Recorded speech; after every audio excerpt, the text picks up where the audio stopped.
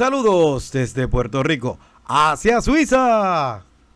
Y saludos desde Suiza hacia Puerto Rico. Y estudiaremos. Pues la lección de escuela sabática. Un cordial saludo a todas las personas que nos están viendo, ¿verdad? Gracias por sintonizar la lección para que podamos juntos estudiar, mi compañero John Morales y su servidor Edwin del Valle, ¿verdad? Esta linda lección. Así que vamos a pedirle a nuestro hermanito John Morales que tenga la oración de inicio.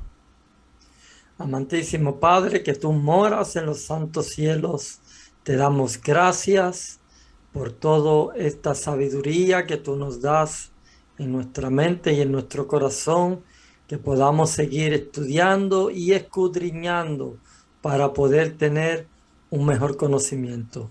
En el nombre de Jesús te lo pedimos. Amén. Amén. Bueno, John, como siempre, el título, Deuteronomio en el Nuevo Testamento. ¿Qué nos puedes decir? Bueno, lo vimos la semana pasada, Deuteronomio en el resto del Antiguo Testamento, y ahora lo vemos el mismo libro, pero en el Nuevo Testamento. Vemos, ¿verdad? Dice, ¿cómo usaron Deuteronomio los autores del Nuevo Testamento? ¿Qué podemos aprender nosotros de ello, perdón? Deuteronomio es citado ampliamente de manera directa o indirecta en todo el Nuevo Testamento. Se usa como fuente final y autorizada que confirma una idea, una doctrina, una forma de actuar. Vemos, ¿verdad?, que tanto los profetas, tanto como Jesús, ellos citaban Deuteronomio, citaban el Antiguo Testamento. Así que eso es lo que vamos a ver, ¿verdad?, en esta lección. John, ¿nos puedes leer los puntos importantes que tendremos? Pues enseñanzas generales, cómo usar las escrituras, y todos somos iguales. Predicciones sobre Jesús, hecho maldición por nosotros, profeta intercesor y nuestra responsabilidad. Vemos en el sábado, ¿verdad?, el versículo para memorizar, Mateo 4:4, dice, él respondió y dijo, escrito está, no solo de pan vivirá el hombre, sino de toda palabra que sale de la boca de Dios. En el Nuevo Testamento está saturado del Antiguo Testamento, porque cuando Cristo dice escrito está, todavía el Nuevo Testamento no se ve escrito. Así que, ¿a qué estaba citando? Pues al Antiguo Testamento. Es decir, los escritores inspirados del Nuevo Testamento citaron a los escritores inspirados del Antiguo Testamento como fuente de autoridad. Jesús mismo dijo, escrito está. Es decir, escrito está, como dije ahorita, en el Antiguo Testamento. Y dijo que es preciso que se cumplan las escrituras del Antiguo Testamento. O sea, esas escrituras del Antiguo Testamento ya hablaban de lo que iba a ocurrir, ¿verdad?, en el Nuevo Testamento. John, ¿algún comentario sobre eso?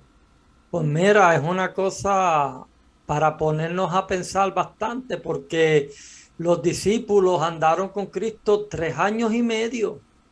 Y en esos 3 años y medio, Él siempre les estuvo diciendo, el Mesías es necesario que muera, mas al tercer día Él va a volver a resucitar. Y les hablaba, y les citaba también el Antiguo Testamento. Pero cuando llegó el momento de Él morir en la cruz, que murió en la cruz, fue enterrado. ¿Qué pasó con estos dos discípulos que iban camino a Emaús? Ellos iban desanimados, ellos iban tristes. Mira, uno le dice al otro, yo pensaba que él iba a redimir a Israel. O sea, ¿qué estaban pensando ellos? Y ahora está muerto. Pero se le acercó el mismo Jesús. ¿Y qué hizo él? ¿Acaso le hizo un milagro para que ellos lo reconocieran? No. Él empezó a citarle las escrituras desde Moisés, todo lo que tenía que padecer y todo lo que tenía que pasar con el Mesías. todo se cumplió con él. Y una vez que él le mostró todas las escrituras, nosotros sabemos que más adelante él se da a reconocer como que había resucitado, pero al principio no lo hizo. Y ellos decían algo al día en nosotros, ¿verdad? Como que conocían de alguien del que estaba hablando. Bueno, vamos al domingo. Dice, escrito está, que tiene que ver con eso mismo que John está diciendo, ¿verdad? Dice, en Mateo 4, del 1 al 11, ¿cómo respondió Jesús a las tentaciones de Satanás en el desierto? Y qué lección importante hay para nosotros en su respuesta. Vemos, ¿verdad? Que como dice aquí, él no se puso a discutir con Satanás, ni entró en un debate, simplemente citó que las escrituras, por ser la palabra de Dios, es viva, es eficaz y más cortante que toda espada, John, de dos filos. Y en cada caso, la palabra que él citó fue Deuteronomio. Mire, importante, ¿verdad? Esto aplica a nosotros también.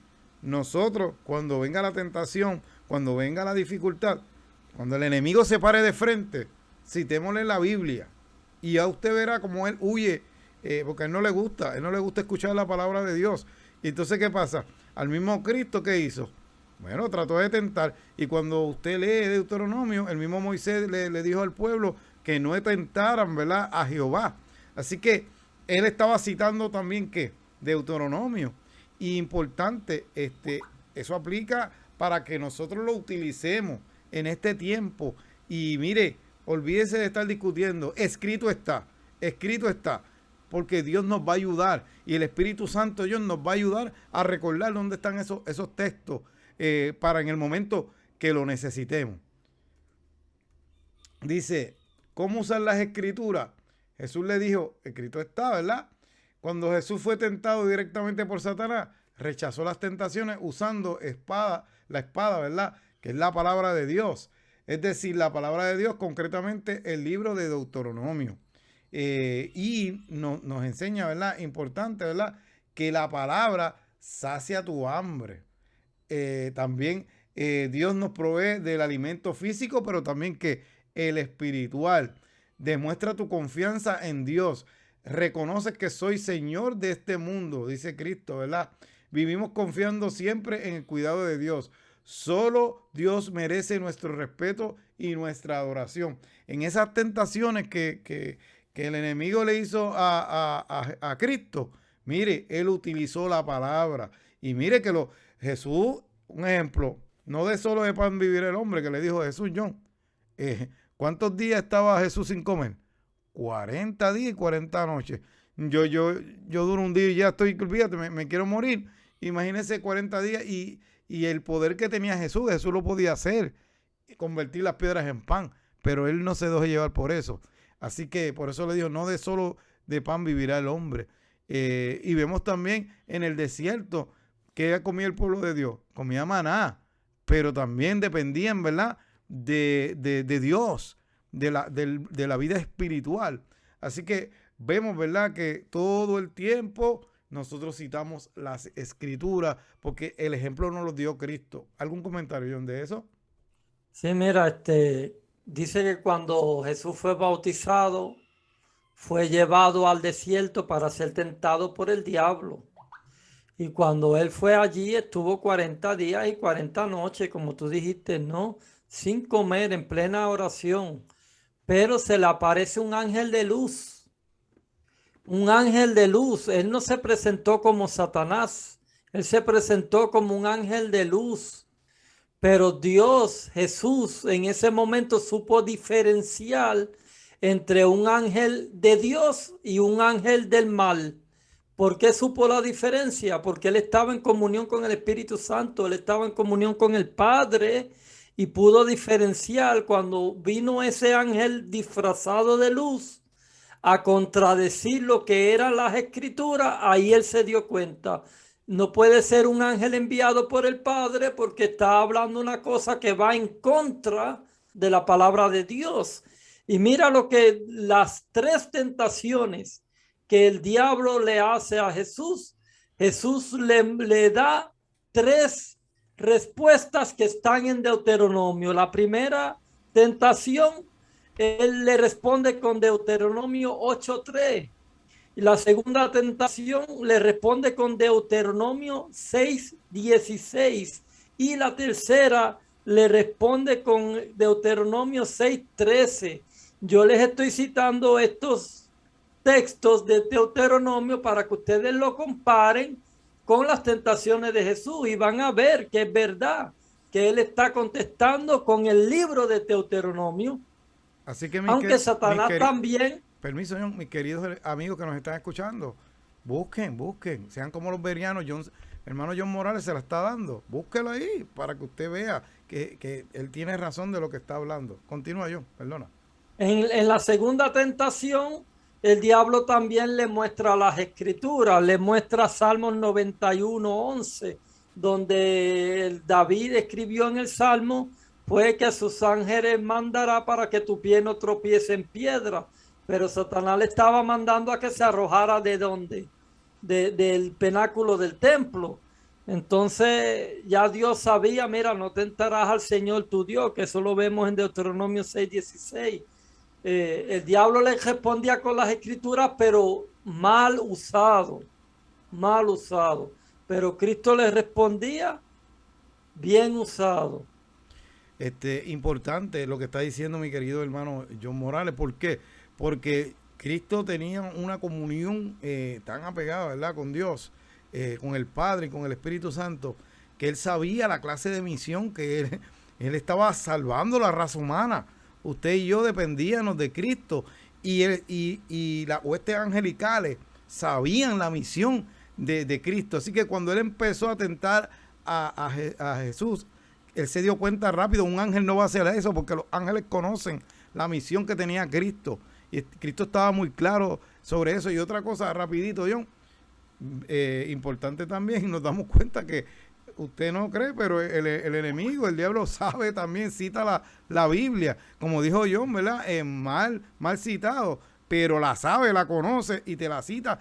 ¿Y qué hace? Trata de confundirte con la misma cita de la palabra de Dios.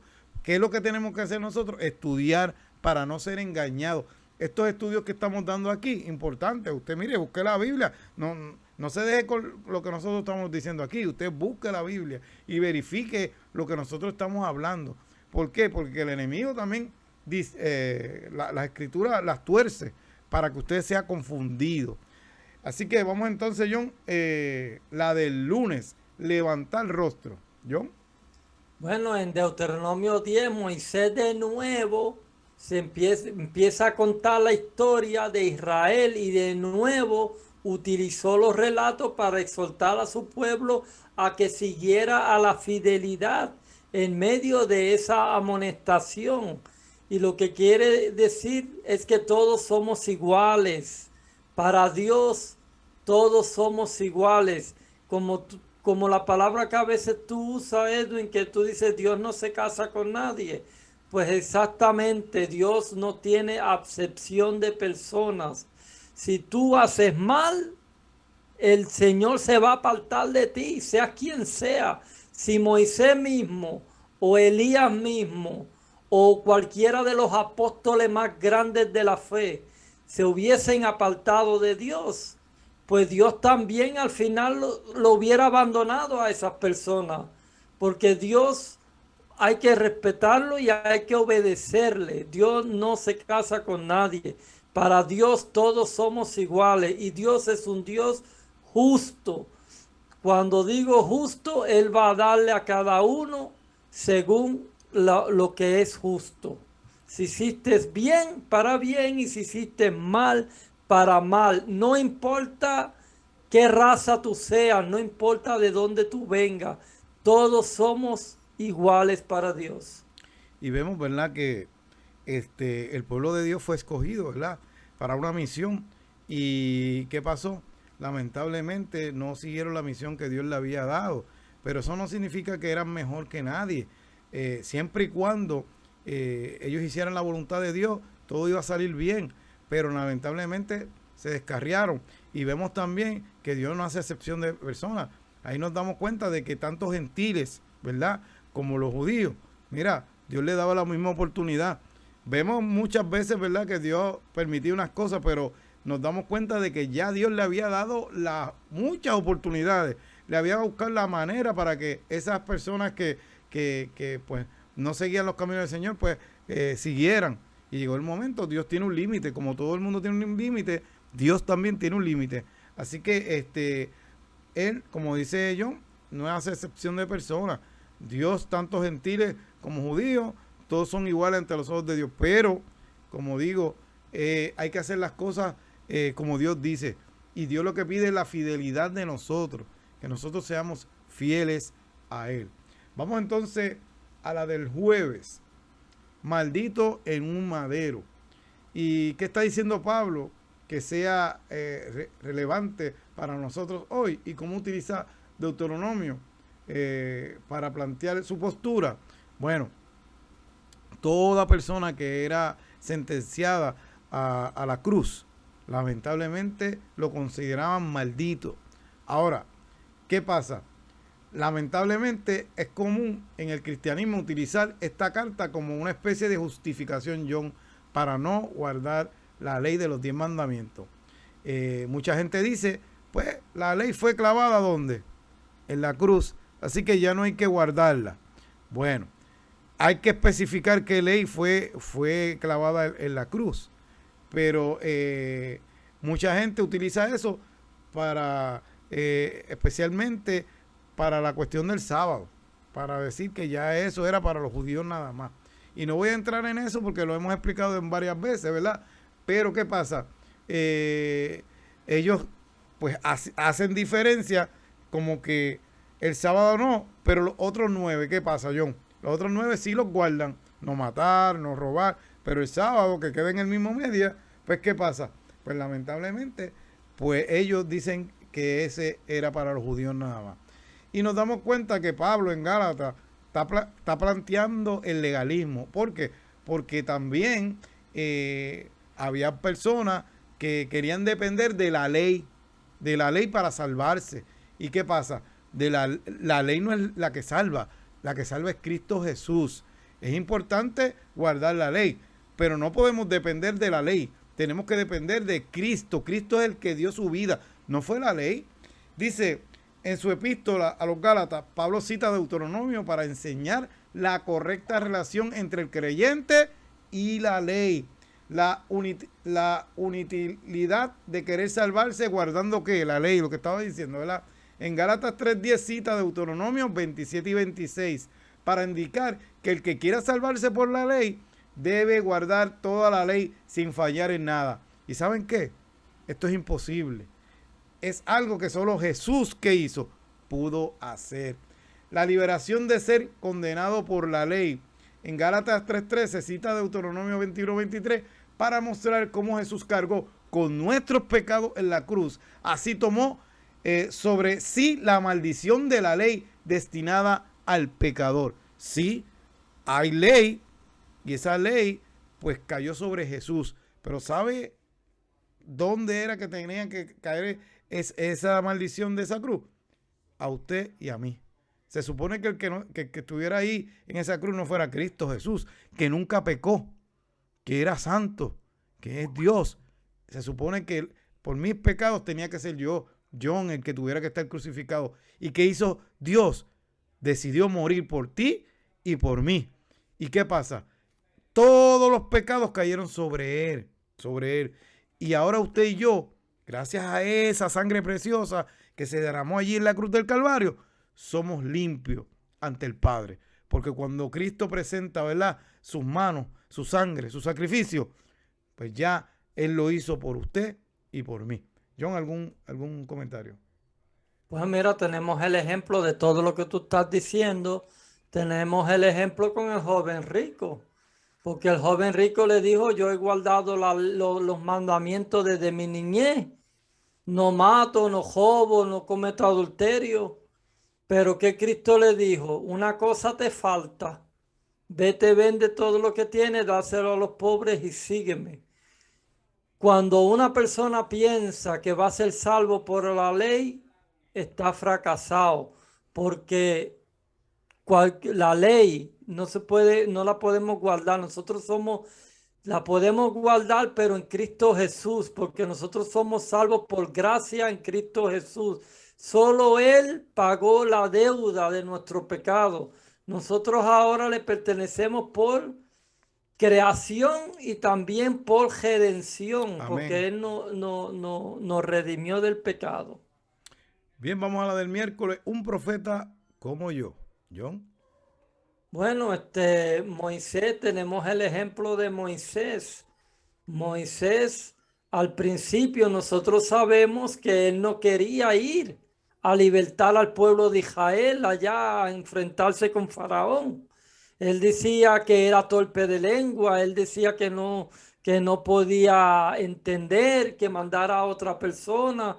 Hasta hubo una ocasión que Dios se enojó con Moisés, porque Dios ya había escogido a Moisés para que liberara al pueblo de Israel y lo llevara a la Canaán terrenal.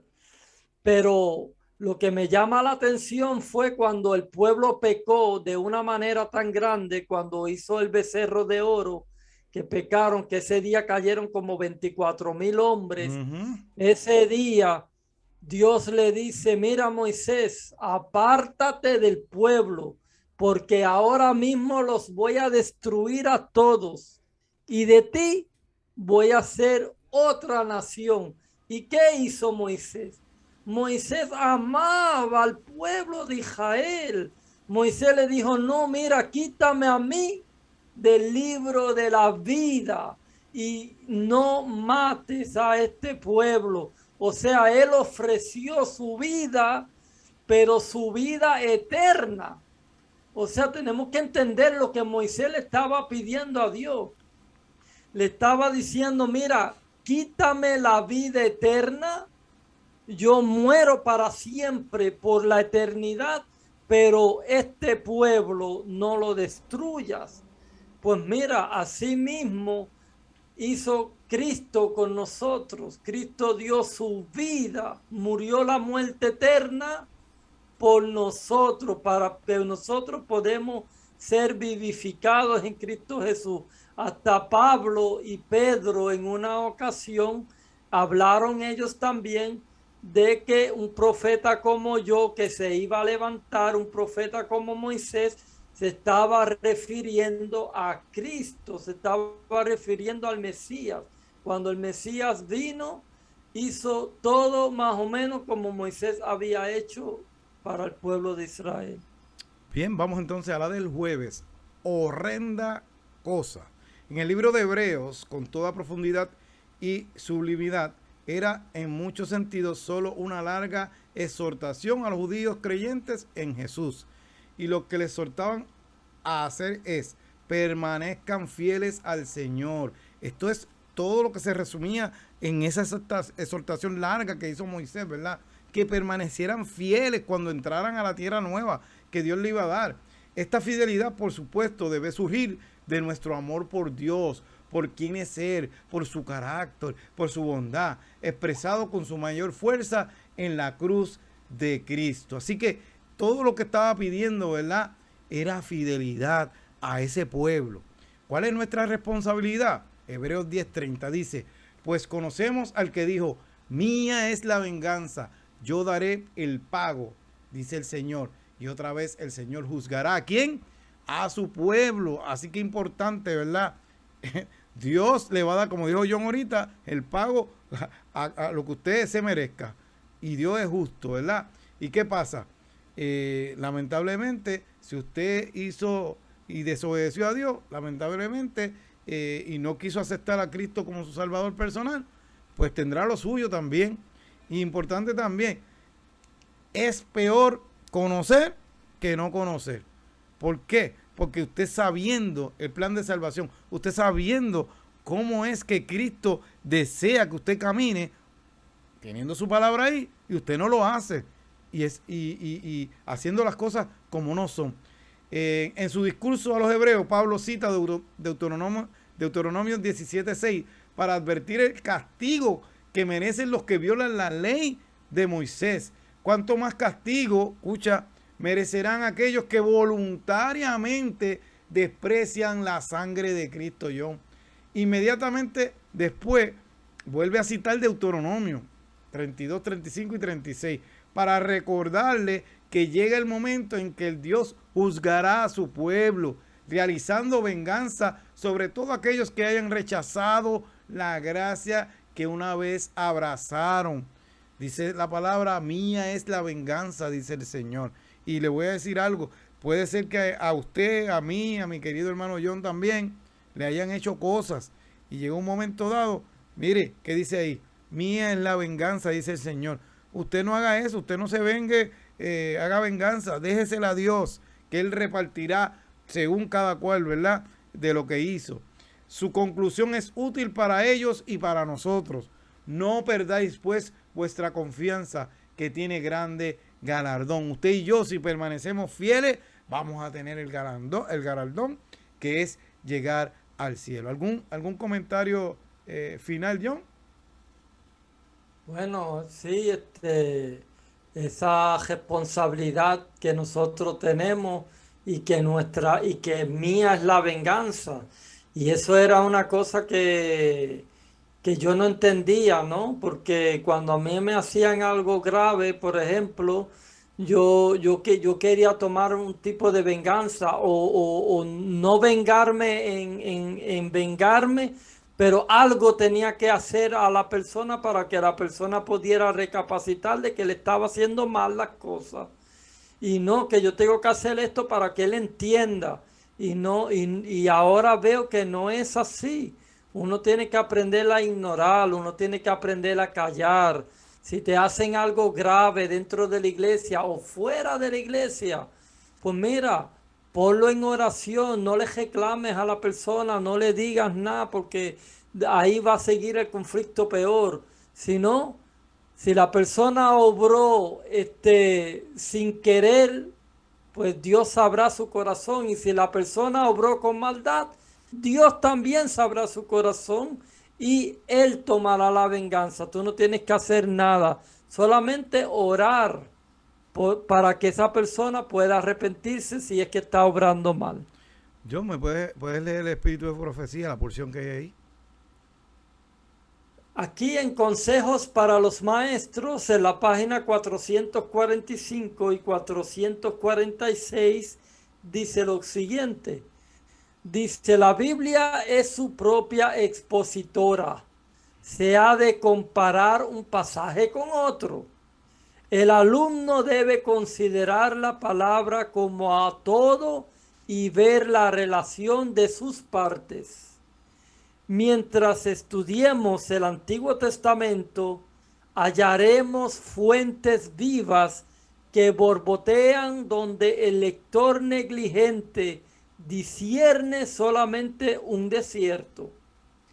El Antiguo Testamento derrama luz sobre el Nuevo y el Nuevo sobre el Antiguo.